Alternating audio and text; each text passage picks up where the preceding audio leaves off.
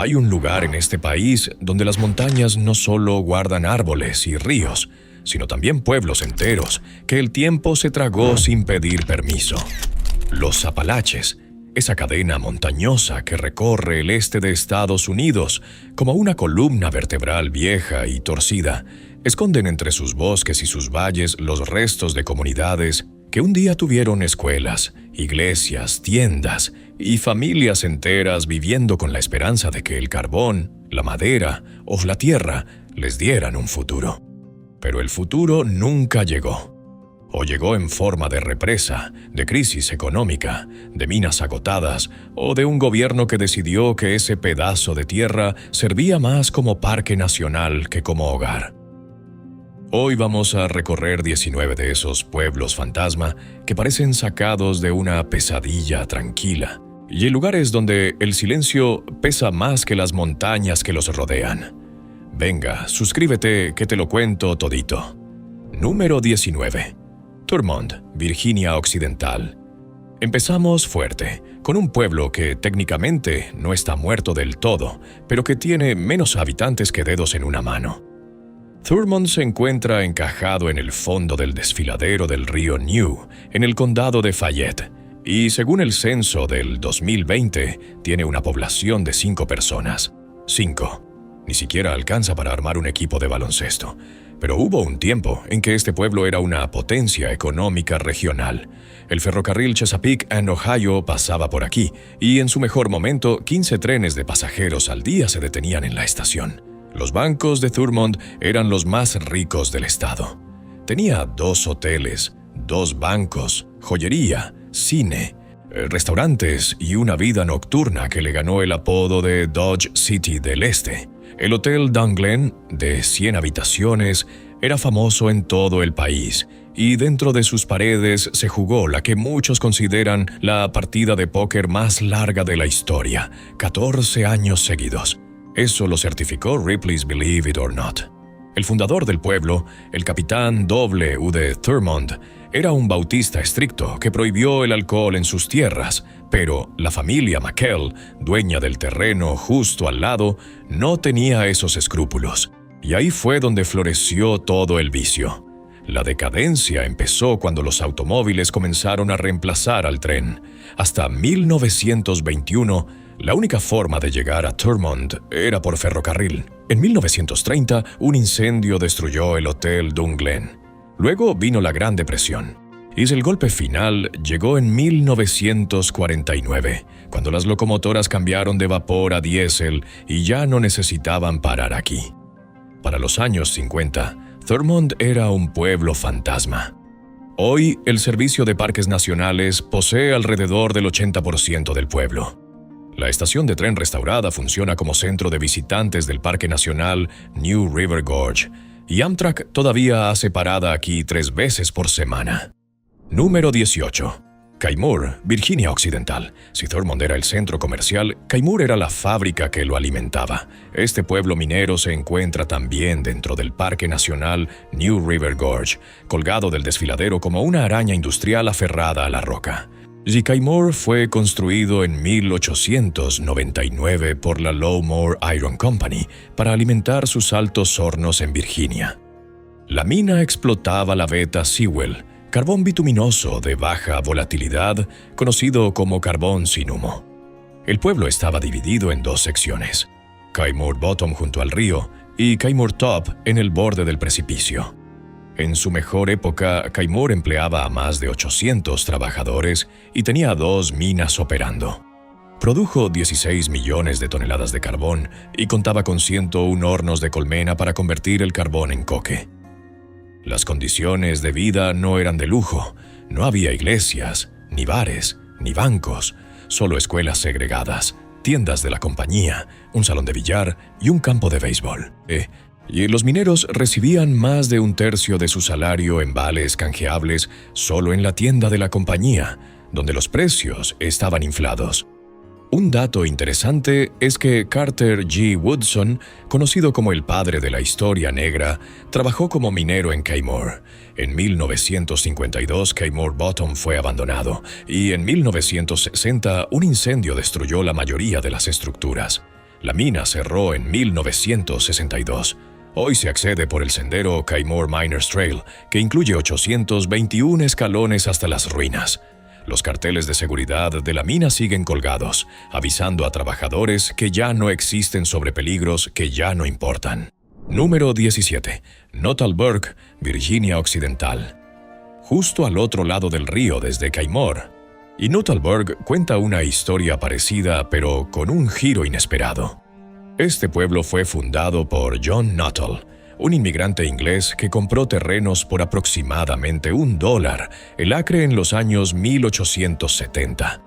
Fue el segundo pueblo minero del desfiladero en exportar carbón sin humo. El pueblo llegó a tener casi 100 viviendas, 80 hornos de coque y una infraestructura minera considerable. Pero aquí viene el giro. En los años 20, nada menos que Henry Ford compró la operación. El mismísimo Ford necesitaba carbón para sus fábricas en Dearborn, Michigan. Invirtió en tecnología para mejorar el transporte del carbón y durante un tiempo el pueblo vivió una segunda juventud. Pero ni siquiera el dinero de Ford pudo salvar a Nuttallburg. Las operaciones mineras cesaron en 1958. Hoy, The Nuttallburg es un sitio histórico nacional dentro del Parque Nacional New River Gorge. La estructura más impresionante que queda es el enorme sistema transportador de carbón. Una torre metálica que se eleva sobre la vegetación como un esqueleto industrial, desafiando al tiempo. Los hornos de coque de piedra siguen en pie, con sus arcos resistiendo las décadas. Número 16. Gary, Virginia Occidental. Si los pueblos anteriores eran campamentos mineros, Gary era una ciudad entera construida alrededor del carbón. Fundada en 1902 por la United States Coal and Coke Company, subsidiaria de US Steel, Gary no era un solo pueblo, sino una red de 12 comunidades integradas en el condado de McDowell. El proyecto fue financiado con el respaldo de J.P. Morgan. En su apogeo, Gary era impresionante. Calles pavimentadas. 27 iglesias, 10 tiendas de la compañía, 3 restaurantes, 9 escuelas primarias, 2 secundarias, un club campestre, campos deportivos, bolera, barbería, panadería, lechería y cine. La fuerza laboral era diversa. Un informe de 1915 registraba 1,479 mineros, incluyendo blancos nacidos en Estados Unidos, afroamericanos, húngaros, rumanos, italianos, polacos y mineros eslavos. Para los años 40, casi 15,000 personas vivían en Gary, y sus minas habían producido más de 200 millones de toneladas de carbón. La planta de preparación Alpheus era la más grande del mundo. Pero cuando el carbón dejó de ser rey, Gary se desmoronó. La mecanización redujo la mano de obra, la industria del acero se contrajo. Para 1990, y solo quedaban 180 empleos mineros. El censo del 2000 registró 917 habitantes. Hoy, los edificios vacíos superan a los ocupados por un margen aplastante, y las calles anchas que reflejan la ambición original hacen que el contraste con la realidad actual sea devastador. Número 15. Colwood, Virginia Occidental. Si Gary era el gigante corporativo, Colwood era el pueblo con alma. También en el condado de McDowell, Colwood fue fundado en 1905 por George Lafayette Carter. La Olga Coal Company lo transformó en un pueblo de empresa clásico, donde todo pertenecía a la compañía. En su mejor momento, la mina empleaba a más de 1,000 trabajadores.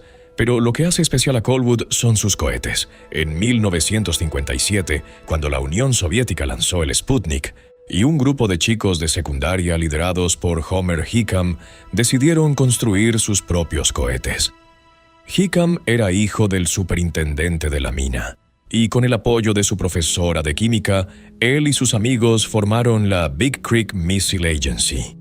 Lanzaron 35 cohetes desde un vertedero abandonado que bautizaron Cape Colwood, y en 1960 ganaron la medalla de oro en la Feria Nacional de Ciencia. Hickam trabajó para la NASA durante 17 años.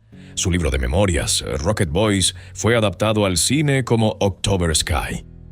El censo de 1990 registró 900 personas. Hoy las calles están mayormente vacías, pero Colwood sigue siendo el pueblo que pasó de extraer carbón de la tierra a lanzar sueños al cielo. Número 14. Lost Cove, Carolina del Norte.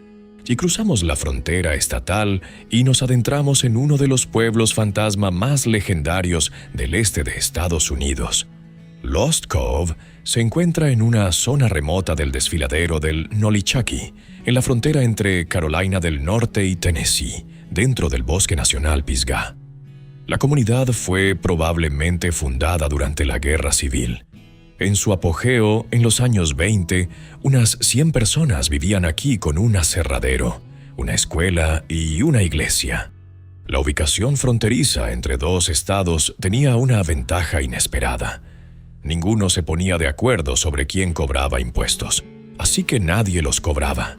Esto convirtió a Lost Cove en un refugio perfecto para la destilación ilegal de moonshine, que floreció al menos desde 1898. Pero esa misma lejanía fue lo que mató al pueblo. Y cuando el ferrocarril dejó de hacer parada aquí, Lost Cove quedó aislado. La última familia se marchó en 1957. Hoy, para llegar hay que caminar casi 11 kilómetros por el sendero Lost Cove Trail. Lo que queda son unas pocas casas destartaladas, chimeneas solitarias, herramientas oxidadas y lápidas cubiertas de musgo. La Southern Appalachian Highlands Conservancy compró 95 acres en 2012 para proteger el lugar. Número 13. Elkmont, Tennessee. Dentro del Parque Nacional Great Smoky Mountains se esconde un pueblo fantasma peculiar, porque Elkmont no fue destruido por la pobreza, sino por la riqueza. Los primeros colonos llegaron a mediados del siglo XIX. La industria maderera creció y en 1907 se estableció formalmente el pueblo. Pero el giro vino cuando empresarios de Knoxville empezaron a comprar terrenos. En 1910 fundaron el Appalachian Club y 2 años después se inauguró el Hotel Wonderland. Los ricos venían a pasar los veranos y la rivalidad entre los miembros de ambos clubes era tan intensa que cuando se encontraban en el mismo tren se negaban a dirigirse la palabra. Cuando se creó el Parque Nacional en 1934, algunos residentes negociaron contratos de arrendamiento vitalicios. Para 1992, la mayoría habían expirado, dejando más de 70 edificios a merced de la naturaleza. El Hotel Wonderland se derrumbó en 2005. Hoy, el servicio de parques ha restaurado 19 edificios, como parte del distrito histórico de Elkmont. Y cada año, entre mayo y junio, las luciérnagas sincrónicas producen un espectáculo tan impresionante que hay que entrar en una lotería con meses de anticipación solo para conseguir un lugar de estacionamiento. Un pueblo fantasma que brilla en la oscuridad. Carl diría que eso es poesía, pero Carl no tiene idea de lo que es la poesía. Número 12. Cades Cove, Tennessee. También dentro del Parque Nacional Great Smoky Mountains, Cades Cove es el pueblo fantasma más visitado que no parece un pueblo fantasma. Este valle aislado de unas 1,600 hectáreas recibe más de 2 millones de visitantes al año. Antes de los turistas estaban los Cherokees, que cazaban en la zona y la llamaban Tsiyahi, lugar de la nutria de río. El primer colono blanco permanente fue John Oliver, que se estableció en 1818. Su primer invierno fue tan duro que habrían muerto sin la ayuda de los Cherokees vecinos. Para 1850, la población era de casi 700 personas viviendo en granjas. La guerra civil trajo división, con guerrilleros confederados realizando incursiones regulares. Pero la muerte de Cades Cove no vino de una bala, sino de un papel del gobierno. En 1927, Tennessee aprobó una ley para expropiar terrenos para el Parque Nacional. Los residentes estaban furiosos. Un granjero llamado John Oliver luchó hasta la Corte Suprema de Tennessee. Perdió. Le ofrecieron $17,000 cuando pedía $30,000. Abandonó su tierra el día de Navidad de 1937.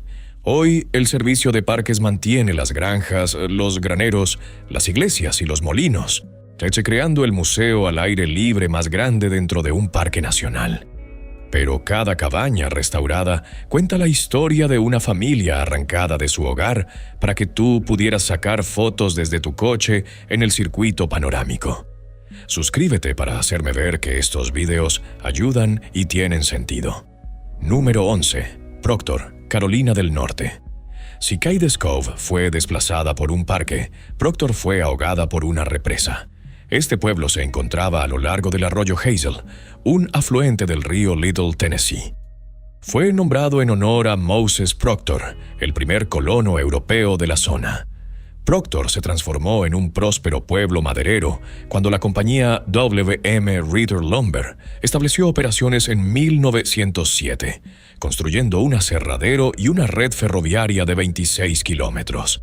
En su apogeo, entre 1,000 y 1,500 personas vivían aquí con electricidad y servicio telefónico, comodidades que ni Knoxville tenía en aquella época. Pero la industria maderera decayó en los años 30. Entonces vino la Segunda Guerra Mundial. El gobierno necesitaba electricidad para laboratorios secretos como Oak Ridge.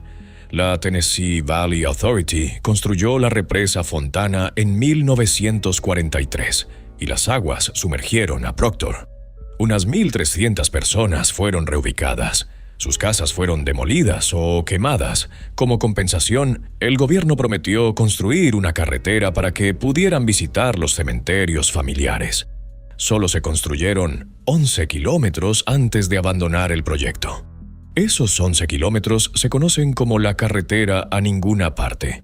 Hoy, los restos del aserradero y los cementerios sobre el nivel del agua son todo lo que queda. Cada año, el servicio de parques traslada en barco a antiguos residentes para el Día de la Decoración, donde las familias mantienen viva la memoria de un pueblo que el progreso decidió sacrificar. Número 10. Judson, Carolina del Norte. Muy cerca de Proctor, bajo las mismas aguas del lago Fontana, descansa otro pueblo que corrió peor suerte. Judson era una pequeña comunidad de unas 600 personas que atraía turistas hasta los años 40, cuando los planos de la represa Fontana dejaron claro que todo el pueblo quedaría bajo el agua. A diferencia de Proctor, donde al menos quedaron algunos restos sobre la línea de flotación, Judson fue completamente sumergido. Cuando el nivel del lago baja a su punto más bajo, algunas partes de Judson asoman brevemente desde su tumba acuática, como si el pueblo intentara respirar una última vez antes de volver a hundirse. Las fotografías en blanco y negro de los archivos de la Universidad de Carolina Occidental muestran cómo era la vida en Judson antes del diluvio. Hay imágenes del aserradero Whiting en 1911, de trabajadores de tribus indígenas en las cuadrillas del aserradero, de molinos como el Enlow Mill, con sus paredes de piedra congeladas por el hielo en el invierno de 1910. Unas cuantas fotos son todo lo que queda de una comunidad entera. La única forma de ver lo que puedas de Judson es tomar un bote o conseguir permiso para visitar cuando el nivel del agua esté bajo. Es un pueblo fantasma que ni siquiera puedes pisar porque está debajo de tus pies y cubierto por metros de agua fría y oscura que el gobierno puso ahí en nombre del progreso y la guerra. Número 9. Cataloochee, Carolina del Norte. Este valle, rodeado por crestas de más de 1,800 metros, fue una de las comunidades más grandes de las Smoky Mountains. Los colonos europeos llegaron a finales del siglo XVIII y formaron dos comunidades, Big Cataloochee y Little Cataloochee. En 1910, la población llegó a 1,251 personas. Cultivaban maíz y manzanas, criaban ganado y operaban negocios locales. Para principios del siglo XX, el 95% de los hogares estaban involucrados en la venta o fabricación de moonshine. En 1928, el reverendo Pat Davis dejó helados a los residentes cuando les informó que sus propiedades serían adquiridas para el Parque Nacional. Para 1943, la mayoría habían sido desplazados. El Servicio de Parques conservó una colección de edificios. Hoy se pueden visitar las cabañas Hanna y Cook, las casas Palmer y Caldwell, la Capilla Palmer, la Iglesia Bautista Ola y numerosos muros de piedra y cementerios. Los alces, reintroducidos en 2001, ahora deambulan por los campos donde las familias cultivaban su comida. Número 8. Henry River Mill Village, Carolina del Norte. Nos movemos ahora al condado de Burke, donde un pueblo textil abandonado resucitó brevemente gracias a Hollywood. Y Henry River Mill Village fue fundado en 1905, cuando las familias Otherhold y Rudisill compraron 600 hectáreas de terreno a lo largo del río Henry y establecieron la Henry River Manufacturing Company.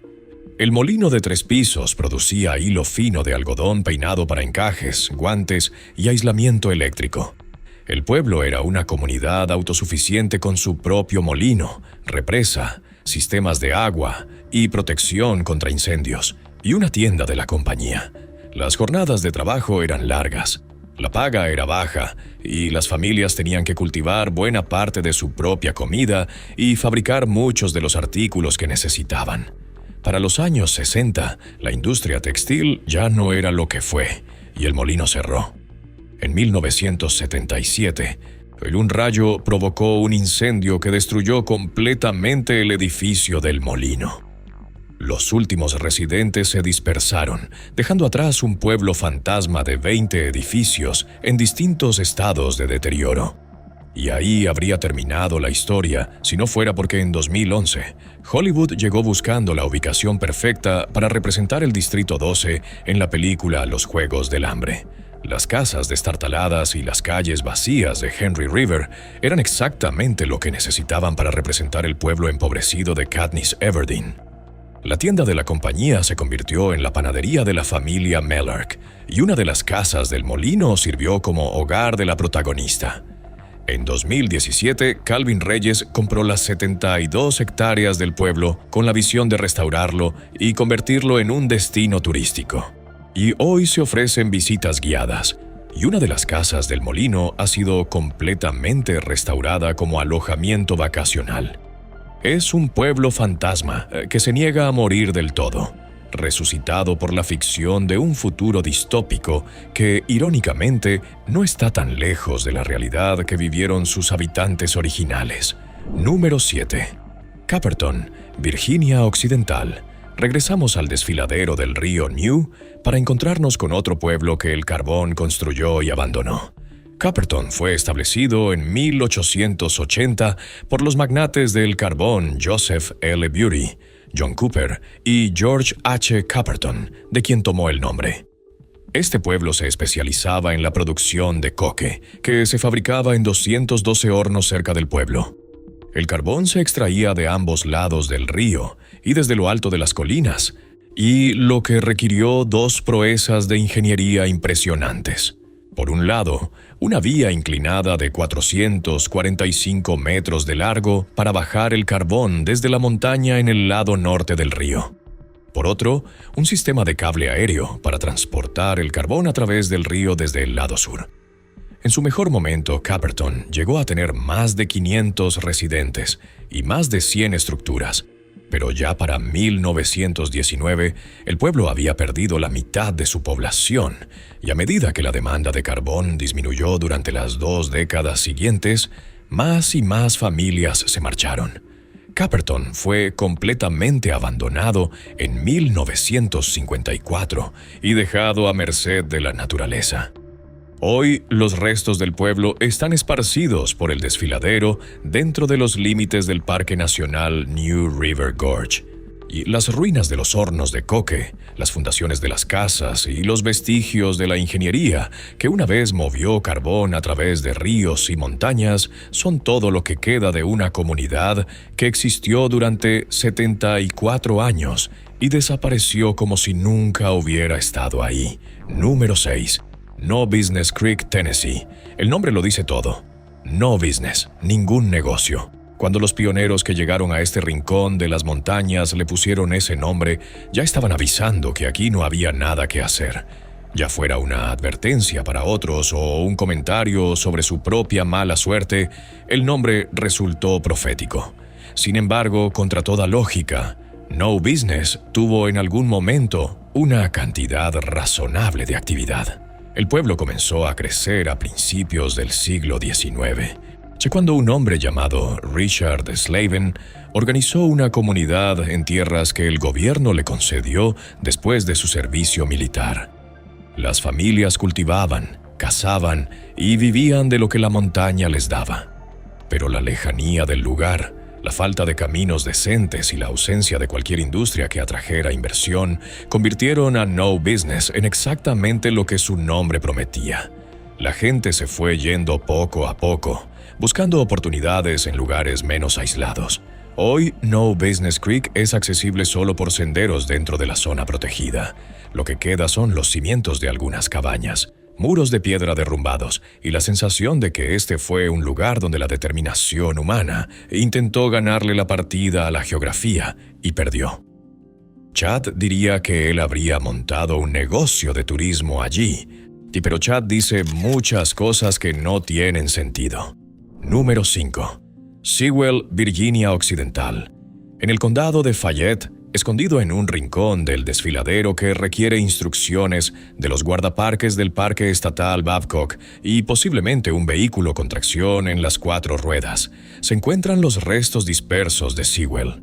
Este pueblo minero es uno de los más remotos de la zona, y su aislamiento es tanto su encanto como la razón de su desaparición. Como tantos otros pueblos de la región, Sewell surgió alrededor de la extracción de carbón y la manufactura de coque. Los hornos de coque esparcidos por la ladera, con sus arcos de piedra todavía resistiendo el paso del tiempo, son el testimonio más visible de la actividad industrial que alguna vez definió este lugar. Y un manantial cercano proporcionaba agua fresca a los trabajadores y sus familias. Pero cuando las vetas de carbón se agotaron o dejaron de ser rentables, Sewell corrió la misma suerte que decenas de pueblos similares en el desfiladero. La gente se marchó, los edificios se pudrieron y el bosque reclamó lo que la industria le había quitado. Hoy, llegar a Sewell es una aventura en sí misma. El camino es estrecho, sin señalizar y a veces intransitable. Pero los que hacen el esfuerzo encuentran un rincón del bosque donde los restos de la actividad humana y la fuerza de la naturaleza coexisten en un equilibrio extraño y silencioso. Es el tipo de lugar que Gladys recomendaría para una excursión romántica, pero Gladys tiene ideas muy peculiares sobre lo que constituye romanticismo. Número 4. Winona, Virginia Occidental. Y en Winona es lo que podríamos llamar un pueblo fantasma viviente. Ubicada a lo largo del arroyo Kinney, un afluente del río New, todavía tiene 5 o 6 residentes, dependiendo de a quién le preguntes, y una iglesia que sigue activa. Pero el resto del pueblo es un muestrario de estructuras abandonadas que cuentan la historia de tiempos mejores. El viejo salón de billar es probablemente la estructura más interesante, un edificio que alguna vez fue el centro de entretenimiento de una comunidad minera que trabajaba turnos agotadores bajo tierra y necesitaba un lugar donde relajarse cuando salía a la superficie. Un dato histórico notable es que Carter G. Woodson, el mismo que mencionamos en Kmart, comenzó su carrera como maestro en la escuela de Winona antes de convertirse en el historiador que revolucionó la forma en que Estados Unidos entendía la historia afroamericana. Hoy, Winona existe en ese limbo extraño entre lo vivo y lo muerto. Hay suficientes personas para que no se considere oficialmente abandonado, pero no las suficientes para que se sienta habitado. Las casas vacías superan a las ocupadas, y el bosque avanza cada año un poco más sobre lo que queda. Es como un paciente en cuidados paliativos al que nadie quiere desconectar.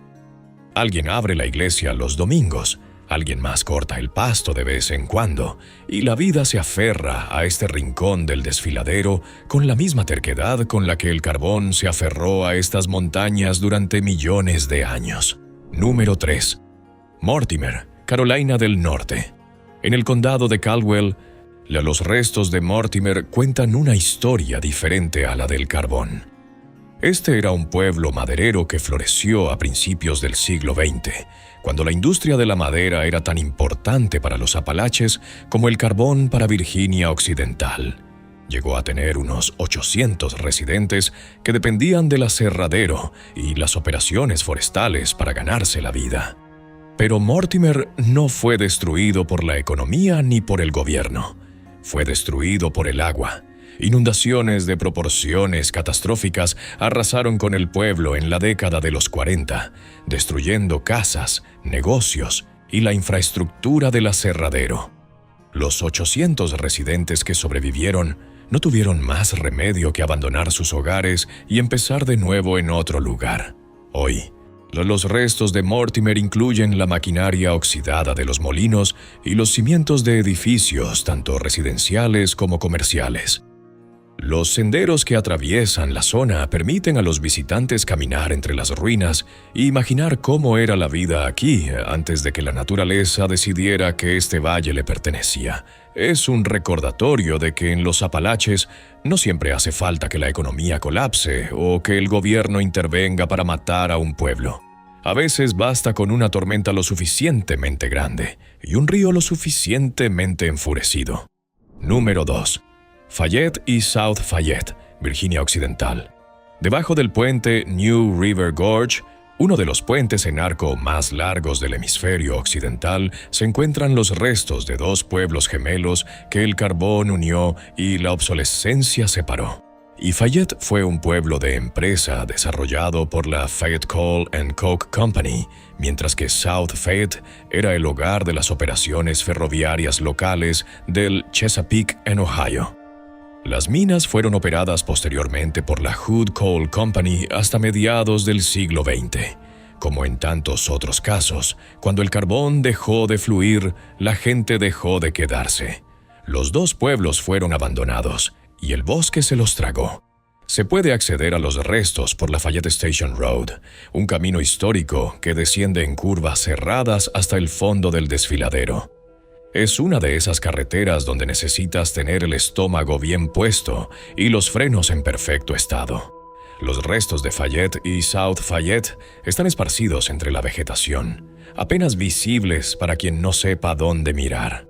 Fundaciones de piedra, entre fragmentos de muros, los vestigios de una infraestructura ferroviaria que alguna vez conectaba estos pueblos con el mundo exterior. Si miras hacia arriba desde las ruinas, puedes ver el puente moderno cortando el cielo a casi 300 metros de altura. Y la ironía es perfecta. Arriba pasa el mundo a toda velocidad. Abajo, el tiempo se detuvo hace décadas y nadie se molestó en volver a ponerlo en marcha. Número 1. La carretera a ninguna parte y los pueblos del arroyo Noland, Carolina del Norte. Cerramos este viaje no con un solo pueblo fantasma, sino con un concepto entero de abandono y promesas rotas. Cerca de Bryson City, dentro del Parque Nacional Great Smoky Mountains, hay un tramo de carretera de unos 10 kilómetros que serpentea por la montaña y termina abruptamente en un túnel oscuro rodeado de maleza y cercas oxidadas. Esa es la carretera a ninguna parte. La promesa incumplida del gobierno federal a las familias que perdieron sus hogares cuando se construyó la represa Fontana. La carretera iba a conectar la orilla norte del lago con el mundo exterior, permitiendo a los desplazados visitar los cementerios de sus familias. Solo se construyeron unos pocos kilómetros antes de que el proyecto fuera abandonado por costos excesivos y preocupaciones ambientales. Un letrero en la entrada dice literalmente: «Bienvenido a la carretera a ninguna parte. Una promesa rota. 1943, y a lo largo del sendero Noland Creek Trail, que parte desde cerca de esta carretera truncada, se encuentran los restos de varias comunidades y antiguas granjas que fueron desplazadas por la represa.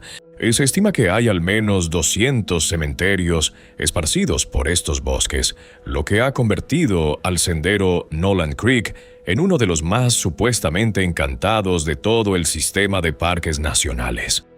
Los que se atreven a acampar en los campamentos rústicos de la zona reportan luces flotantes sobre las tumbas, sonidos inexplicables entre los árboles y una atmósfera que no se parece a nada que hayan sentido en otro lugar, Ya sea que creas en fantasmas o no, hay algo indiscutiblemente perturbador en caminar por un bosque sabiendo que debajo de tus pies y a tu alrededor hay cientos de tumbas de personas que fueron arrancadas de sus hogares y cuyas familias nunca pudieron volver a visitarlas como se les prometió.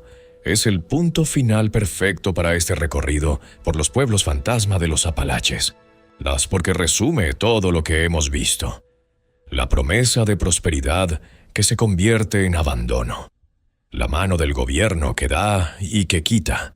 La naturaleza que siempre, siempre, siempre reclama lo suyo.